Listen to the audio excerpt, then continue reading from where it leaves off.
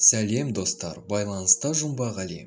Қазіргі таңда оңтүстік Кореяны естігенде барлығы кей-поп, дорамалар, Hyundai сияқты көліктер есіне түседі. Бірақ бұл мемлекет өткен ғасырдың ортасында Азиядағы кедей мемлекеттердің бірі болды десем сенбеулеріңіз мүмкін. Пайдалы қазбалары жоқ кішкентай ғана мемлекет қалайша экономикалық жетістікке ие болды. Бүгінгі шығарылымда анықтайтын боламыз. Корея бір тұтас мемлекет болған кезде 1910 жылдан 1945 жылға дейін 35 жыл Жапония империясының колониясы болды. Жапондықтар кәрістерге қатысты кемсітушілік саясатын жүргізіп, ұлттық ерекшеліктерінен айырғысы келді. Сонымен қатар Жапон әкімшілігі алғашқы өнеркәсіптік кәсіпорындарды, білім беру және медициналық мекемелерді құрған болатын. Ал енді Кореяның қалай екіге бөлінгенін туралы айта кетейік.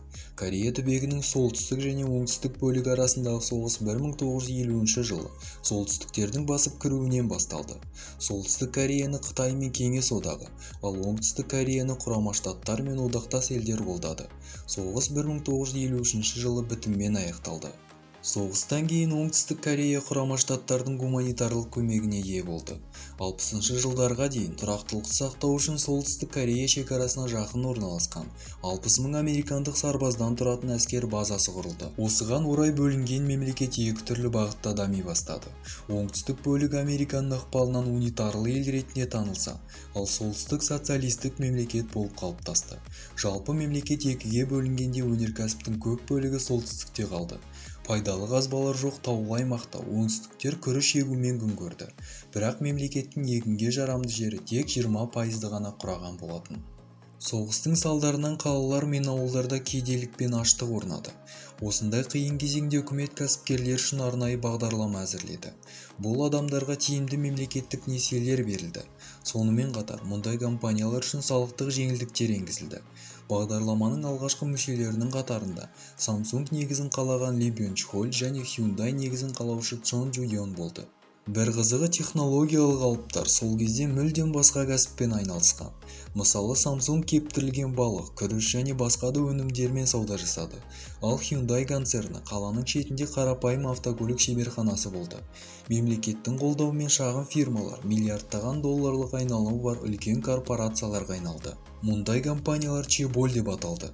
Басында компаниялар саны көп болғанымен қазіргі таңда олардың саны 30-дан аспайды. Чебольдар жайған үлкен бизнес емес. Бұл әртүрлі салаларда жұмыс істейтін ондаған компаниялардан тұратын конгломераттар болып табылады. Оңтүстік Корея 64 жылы мұнай өңдеу зауытын салады. Таяу шығыс елдерінен шикі мұнайды арзан бағамен сатып алып, өңдеп сату арқылы халықаралық деңгейлік нарыққа шықты. 70 жылға қарай Америкамен жақсы қарым-қатынастың арқасында олар Корея тауарларының ең ірі тұтынушысына айналды. Экспортқа бағытталған жүйе әсерлі нәтижелерге қол жеткізді. 80 жылдары оңтүстік Корея өзін автомобильдер, кемелер, теледидарлар мен компьютерлік чиптердің ең ірі өндірушісі ретінде танытты. Дәл осындай саясаттың көмегімен небәрі 50 жыл ішінде әлемдегі ең кедей елдердің бірінен дамыған жоғары технологиялық елге айналды. Қазіргі таңда оңтүстік Корея бұл тек айдолдар мен кей-поп қана емес. Бұл елде медицина мен білім саласы Европа елдерінен кем түспейді. Бірақ та бәрі сіз ойлағандай жақсы деуге келмейді. Елде демография төмендеу үлкен проблемаға айналды. Жастар отбасы құруға асықпайды. Ал мектептердегі балалар саны күрт төмендеген. Мемлекет бұл мәселені шешуге бірнеше заңдар қабылдады. Алдағы уақытта бәрі жақсы болады деген ойдамыз. Менің бүгінге айтарым осы достар.